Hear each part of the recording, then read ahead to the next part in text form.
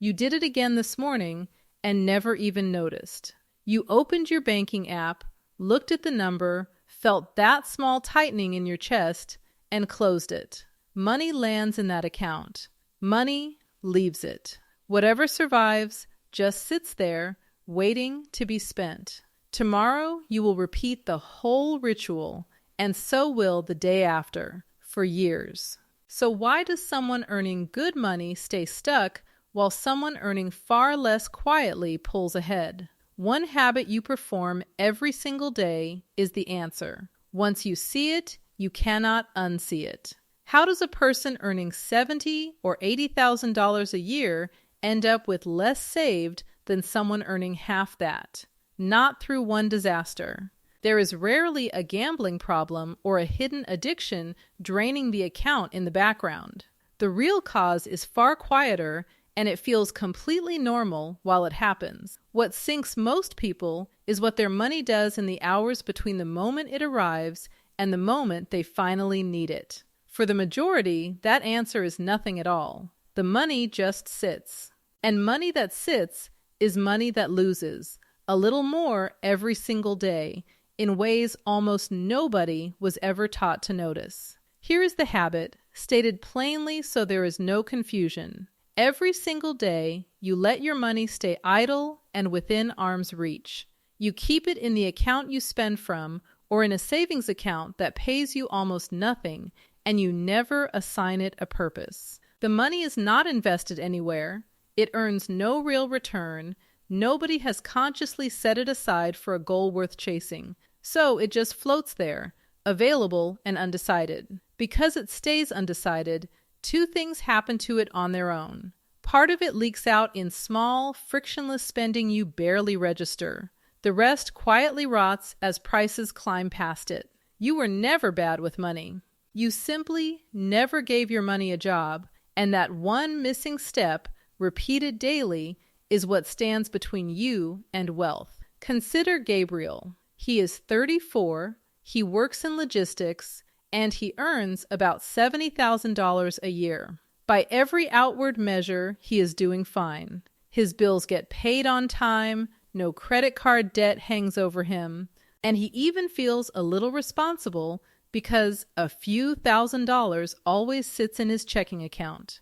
That cushion is what lets him sleep at night. That same cushion is also the entire problem. Gabriel has never once decided what that money is actually for. The pile is not an emergency fund with a real target, and not a single dollar of it is invested. It is simply a comfortable amount he can see whenever he opens the app, and because he can see it and reach it, it drifts down and back up in a loop that never moves him forward. 5 years in, he has earned more than $300,000 across those paychecks. His net worth has barely budged. He has been running hard on a treadmill, wondering why the scenery never changes. The scenery never changes because Gabriel, like most of us, is quietly losing a battle on two fronts at the same time. Let me walk you through the first front, since it is the one almost nobody talks about, and it is happening to your money while you sleep tonight. Idle cash is not safe. We have all been told the opposite our entire lives. Money in the bank feels like the responsible choice, the safe harbor, the thing your grandparents would nod at with approval. But in 2026, cash parked in the wrong account has become one of the most dependable ways to lose money slowly. Start with where most of that money actually lives.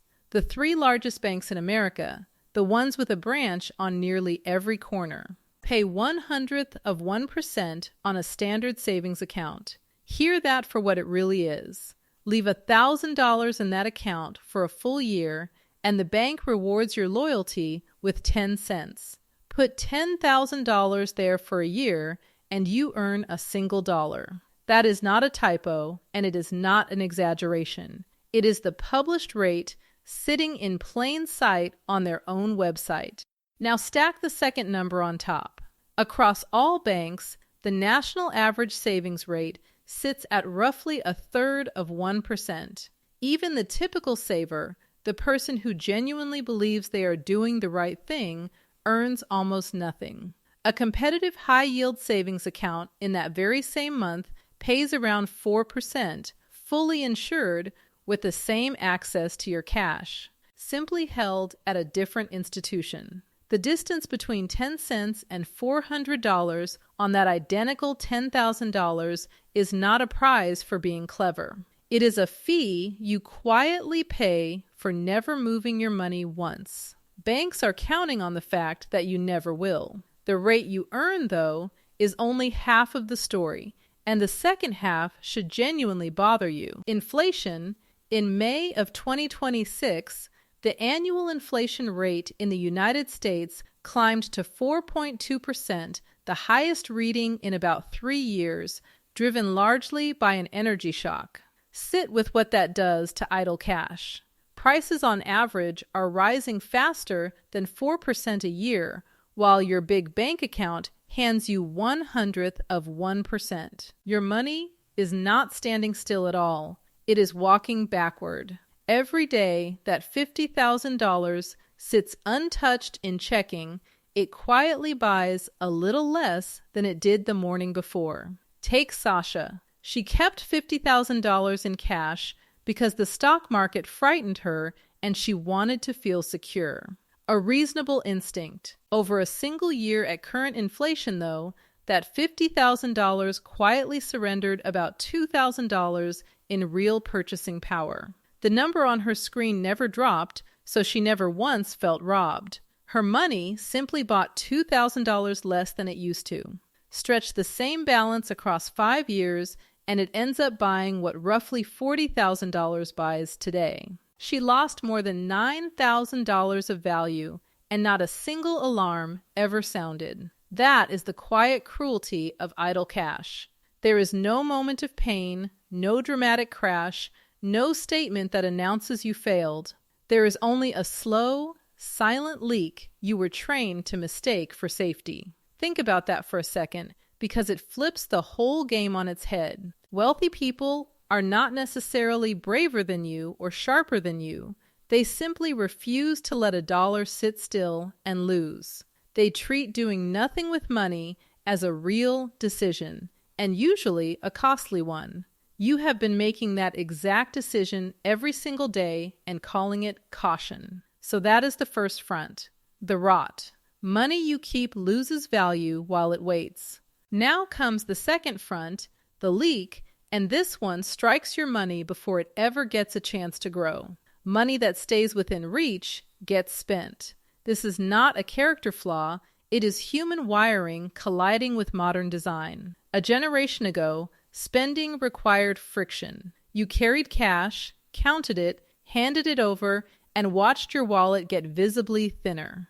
That friction gave your brain a built-in pause to ask whether the purchase was actually worth it. Today, the friction is gone, engineered away on purpose by people far better funded than you. Your card is saved on every website. A tap of your phone and a glance pays for almost anything. Subscriptions renew while you sleep, and dinner shows up at your door after 4 taps and a tip you barely read. Each of those conveniences was designed to erase the precise moment that used to protect you. The result is what I call the daily leak, and it stays almost invisible by design. The damage rarely comes from big, obvious purchases, since most people guard against those. It arrives in the steady trickle of small, reasonable spends that never feel like decisions at all. A coffee on the way in, an unplanned lunch, a $2 app here, an impulse add to cart there, a delivery fee, a subscription you forgot existed. None of it registers as wealth destruction in the moment. Each one feels like a small, earned comfort, which is exactly why the leak never gets fixed. A hole you cannot feel is a hole you never patch. Carmen earns more than she ever has, yet somehow saves less than she did at 25. When she finally sat down and tracked it, the culprit was not a vacation or a car. It came to about $15 a day, scattered across delivery apps, convenience runs, and small upgrades she could not even recall the next morning. $15. It sounds like nothing, so let me show you what that nothing is truly worth. because this is the figure that makes accountants quietly wince. $15 a day works out to about $456 a month. Suppose Carmen redirected that exact leak into a basic, low-cost index fund, and the market delivered something near its long-run historical average of about 10% a year. That single habit would grow to nearly $2.9 million over 40 years. Now, that 10% is a long-run average and not a promise, and in any given year, the market can drop hard. After inflation, the real figure lands closer to 7%, which still builds a fortune. But hold the headline in your mind for a moment. The same $15 a day that vanished into delivery fees could have quietly become millions. Carmen never had an income problem. She had a leak she could not feel, bleeding out the single most valuable thing she owned, which was time in the market. Here is the part that really stings. You do not even need to find $15. Just $5 a day, redirected and invested at that same long-run average, grows to roughly $960,000 over 40 years. Almost $1 million built entirely from the loose change you lose between the cushions of your daily routine. The money to build real wealth has been flowing through your hands this whole time. You have simply been letting it flow out instead of putting it to work. There is a third quiet force working alongside the rot and the leak, and it deserves its own name because it disguises itself as success. Lifestyle creep. Every time your income rises, your spending rises to swallow it, almost automatically and almost invisibly. The raise arrives, and within a month or two, your life has quietly expanded to match it. Maybe a slightly nicer apartment, a car payment that felt affordable at the time, a few more subscriptions and conveniences, a standard of living that ratchets up and somehow never comes back down. None of it feels reckless.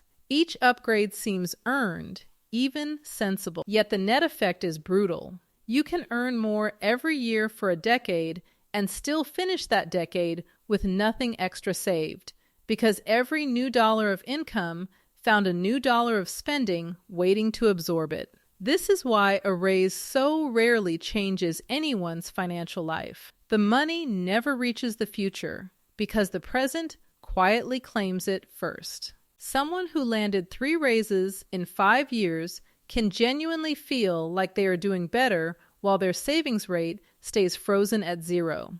They are running faster on the same treadmill, and the treadmill simply sped up to match them. The defaults run deeper than spending too. Think about how many of your money decisions you never actually made. The bank you use is probably the one your parents used or the one with a branch near your first apartment. Your savings account, the one paying 0.01%, came bundled with your checking and you never questioned it.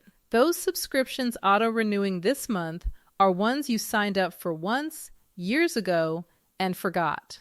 Our finances are rarely a series of real choices. They are a pile of defaults set long ago by someone else, running silently in the background and costing money every single day. The wealthy audit those defaults. Everyone else just lets them run. Plenty of us can list every show we are paying for, yet go blank, trying to name the apps quietly charging $9 or $10 a month for something used twice last spring. That blankness is the whole problem.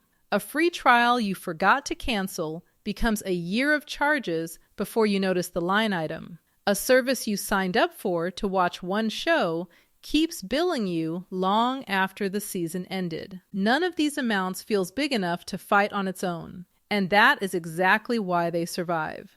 3 or 4 of them together can quietly drain $40 or $50 every month, which is $600 a year, leaving your account for things you forgot you owned. The fix takes one evening. You pull up your statement, you read every recurring charge out loud, and you cancel anything you would not happily sign up for again today. That single hour often frees up more money than a raise would, and unlike a raise, no one taxes it on the way out. So now both fronts are clear. with lifestyle creep pouring fuel on each of them. The cash you keep rots in a near-zero account while prices race past it. The cash you could keep leaks out in tiny, frictionless spends before it ever has a chance to grow. Idle on one side, leaking on the other, with every raise quietly absorbed in between. Your money never gets a job, so it never does any work for you. Which leads straight to the question that actually matters. If this is happening to nearly everyone, why do a few people escape while most never do? The answer is not discipline, it is the order in which they do things. Watch the order nearly everyone follows without thinking. The paycheck arrives, and out goes the rent or mortgage, the car, the utilities, the card minimums, the groceries, the streaming, the spontaneous Tuesday treat. Then, if anything happens to survive that gauntlet, it stumbles into savings as an afterthought. That is the default setting of an entire economy, and it is built to leave you with scraps, because there is always one more thing to spend on. There is always a reasonable use for the leftover, so the leftover never arrives and the saving never happens, year after year after year. The people who build wealth flip that order completely. They pay themselves first before a single discretionary dollar gets the chance to leak. The money for their future comes off the top automatically the day the paycheck lands, and they build the rest of their life around whatever remains. It sounds almost too simple to matter. It happens to be the single biggest behavioral difference between people who accumulate wealth and people who never do. Flipping that order works for one reason above all. It removes the part of you that fails. You have probably been told that building wealth takes discipline and iron willpower.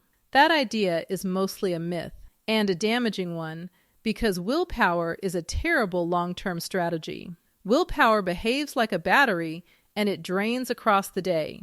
By evening, after work and traffic and 100 small decisions and a layer of stress, the version of you deciding whether to order delivery is not the disciplined one from the morning. It is the depleted one. Asking that depleted self to make the right call every single day for 30 years is a plan built to collapse. People who win do not carry stronger willpower. They have removed willpower from the equation altogether. Omar spent years trying to save the leftover, and it never worked because there was never any leftover. So he stopped trusting himself to save and built a system instead. The day his paycheck hits, an automatic transfer moves a fixed amount into a separate account he does not spend from before he ever lays eyes on it. He never feels the money leave because in his mind it was gone before it arrived. Then he lives and spends on whatever remains, and the spending sorts itself out. Omar did not become more disciplined. He became better designed. He made the right choice automatic and the wrong choice harder, then simply stepped out of his own way. That is the real lesson buried underneath all of this. You will never out-discipline a system designed to take your money. You have to build a better system instead. And the foundation of that system is a single shift in identity. Stop being the person who saves whatever is left and become the person who spends whatever is left after the future is funded. Same paycheck, completely different life 30 years out. If this is landing for you, if you are starting to recognize your own reflection in Gabriel or Carmen or Omar, then do one small thing. Subscribe to the channel. Everything here exists to make this kind of money clarity feel calm and doable instead of overwhelming, one honest breakdown at a time, and subscribing is simply how the next one reaches you. That is the only thing I will ask of you. Now let me show you the piece almost everyone still gets wrong, even after they have decided to fix everything else. All right, here is where it gets genuinely uncomfortable, because this next mistake hides behind a feeling that seems perfectly healthy. The comfort of seeing your money. There is a deep, almost primal reassurance in watching a balance sit in an account you can open any second of the day. It feels like control. It feels like safety. And that exact feeling is what keeps your money trapped in the one place it can never grow. The very accessibility that soothes you is the same accessibility that lets it leak and rot. Comfort and growth pull in opposite directions, and most of us choose comfort every single time without ever realizing a choice was made. Yvette learned this the slow way. For years, she kept her entire safety net, about $30,000, in the savings account attached to her checking at a major bank, because seeing it sit there made her feel secure. That account paid 1/100%. Over a full decade, $30,000 in it earned her about $30 in total interest. $30 as a reward for 10 years of loyalty. Now imagine she had moved that identical $30,000 into an insured high-yield account paying around 4% with the same instant access and the same protection. Across that decade, it would have grown by more than $14,000 in interest. The money was identical, the safety was identical, the access was identical, and one quiet transfer she never made cost her $14,000, purely for the comfort of keeping it where she had always kept it. What fixes the comfort trap is not spending the money or gambling it on something risky. The real cure is separation, with a little friction added back in. You move your money to where it grows, and you make it slightly harder to reach, so the seeing and spending loop finally breaks. Think of it as 3 jobs and 3 homes for your dollars. Your spending money, and only your spending money, stays in the account within easy reach, ready for the life you are living right now. The emergency fund moves into a high-yield account, earning a real 4%, close enough to grab in a crisis, but far enough that you are not staring at it all day. Long-term money, the kind you will not touch for years, goes into investments, where the market's long-run average has historically done the heavy lifting. You are not depriving yourself of anything. You are handing each dollar an address that matches its purpose, so nothing floats around undecided anymore. That is the entire game, distilled into one instruction. Give every single dollar a job. The moment a dollar enters your life, it should already know what it is for, whether that is covering rent, sitting in the emergency fund at 4%, feeding the index fund that will compound for the next 30 years, or paying for a dinner out you actually planned and genuinely want. A dollar with a job cannot leak because it has already been claimed. A claimed dollar cannot rot either because it has been placed somewhere it grows. The reason your money keeps vanishing is that most of your dollars show up each day with no assignment.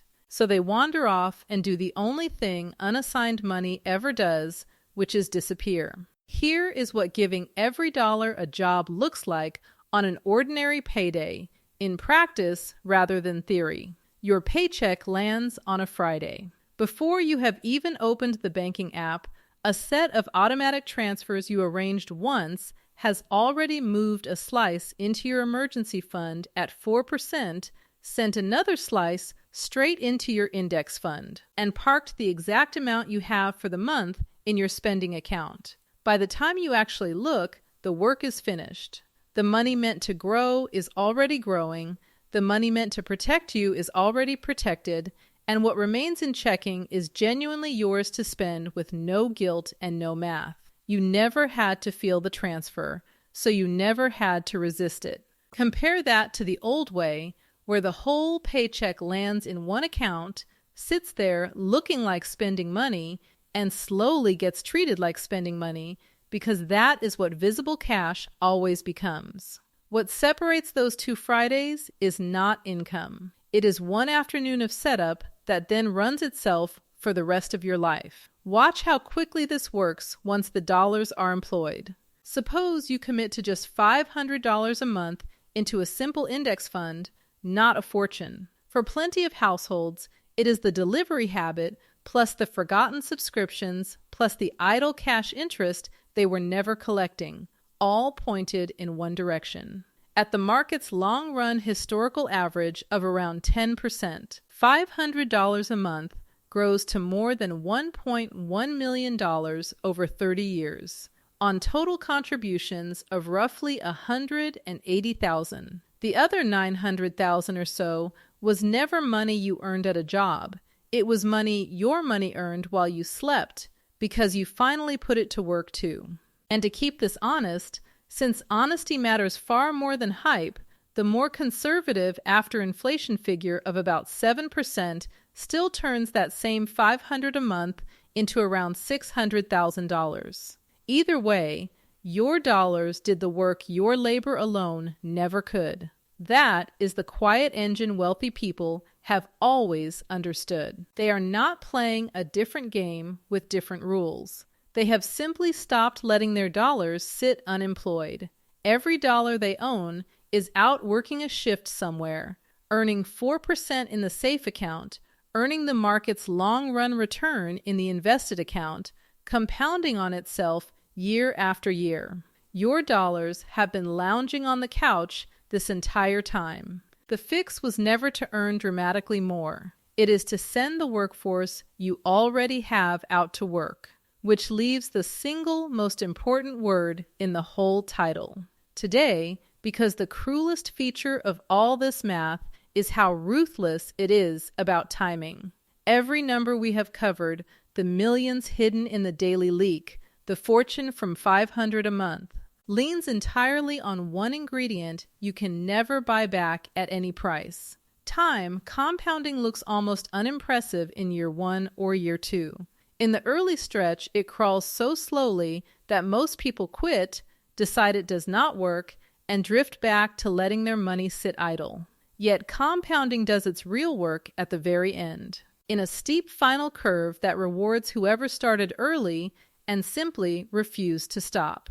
Let me make that concrete, because the gap is larger than almost anyone guesses. Take two people who each invest $300 a month at that same long-run average. The first starts at 25. The second waits until 35. Same monthly amount, same returns, and the only difference is a 10-year head start. By the time they both reach 65, the early starter has about $1.9 million.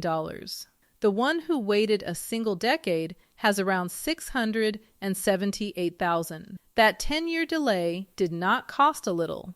It cost well over $1 million. And here is the detail that should end the excuse of waiting forever. Imagine the early starter puts in that $300 a month for only 10 years, from 25 to 35, then stops completely and never adds another cent, just letting it grow. They contributed $36,000 in total. Meanwhile, the late starter invests $300 a month faithfully for 30 straight years, from 35 all the way to 65, putting in $108,000. At 65, the early starter who quit early still ends up ahead, sitting above $1 million, while the one who saved 3 times as long lands near $678,000. The person who put in $72,000 less walked away with several $100,000 more for one reason only: their money had more time. This is exactly why waiting for the perfect moment is the most expensive habit of all, a close cousin of the idle money habit we have spent this whole time dismantling. You tell yourself you will start once you earn more, once the debt is cleared, once the market feels safer, once life finally calms down. The calm never quite shows up, though, and the perfect entry point never announces itself. All the while the clock keeps running, and every day spent waiting is another day your money sat unemployed instead of building. The best day to put your money to work was years ago. The second best day, and the only one you actually get to choose, is today. Not when you feel ready. Not once the number is bigger. Today, with whatever amount is real for you right now, even if it feels almost embarrassingly small. Small and started beats large, and someday every single time. Because small and started has time on its side, and someday never does. So step back and take in the full shape of it. The habit was never some dramatic flaw in your character. It was something gentle and ordinary, repeated so many thousands of times that it turned invisible. You let your money sit idle, and within reach, you never handed it a job, and so day after day it either leaked out the side or quietly lost ground to rising prices, while you mistook the entire slow process for being responsible. None of that was your fault. The accounts paying you almost nothing, the apps engineered to strip out every ounce of friction, the whole economy tuned to capture your income before you can hold on to any of it, all of that was built deliberately, and it was built around you. You were not losing a fair game. You were playing a rigged one, and nobody handed you the rules. Seeing the rules, though, changes everything, because the same forces that quietly worked against you can be turned to work just as quietly for you. Move your idle cash to where it earns a real 4%. Catch the daily leak and aim it at an account that grows. Pay yourself first, automatically, before your willpower ever gets a vote. Hand every dollar a job, and then let time handle the part you could never force by hand. Do all of that, and the treadmill turns into a road. You stop running in place and start genuinely moving, building something that keeps compounding long after the effort has faded into a habit you no longer even think about. If all of this feels like a lot to hold at once, then do just one thing before this day is over, because a single finished action beats a perfect plan you never start. Open your banking app tonight and look at what your savings are actually earning. If the number is 1/100th of 1% or anything close to it, you have just found the easiest money you will make all year. Spend 20 minutes opening one insured high-yield account and move your idle cash into it before you go to sleep. That one transfer puts a real 4% to work for you starting tomorrow morning, with the same safety and the same access you have right now. You do not have to fix everything tonight. You only have to break the pattern once, in one place, with one small motion that proves to yourself the whole thing is reachable. Tomorrow you can automate a single transfer. The day after, you can cancel one recurring charge you forgot about. Momentum gets built the same way the leak was built, one quiet daily action at a time, except now every one of those actions is finally pointed at you. There is one piece beneath all of this that I have been circling the whole time without naming, and it is the real reason these fixes either stick or quietly fall apart within a month.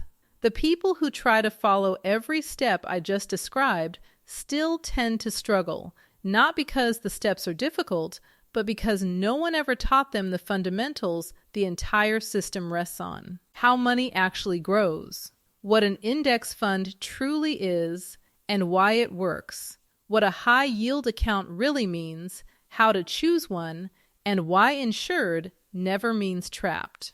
The plain language of percentages and compounding and risk that turns every one of these decisions from frightening into obvious. That foundation is the gap behind the gap. It has to come before the 401k, before the first dollar ever gets invested, before any of this becomes second nature instead of a nervous experiment. If you have ever felt like everyone else received a manual for money that somehow skipped you, that missing manual is exactly what our full financial literacy video was built to be. It is the honest, plain English starting point for your entire money journey, the place to begin before you make a single move, so that the moves you do make actually hold. Build that foundation first, and everything in this video stops being something you have to remember and quietly becomes something you simply are.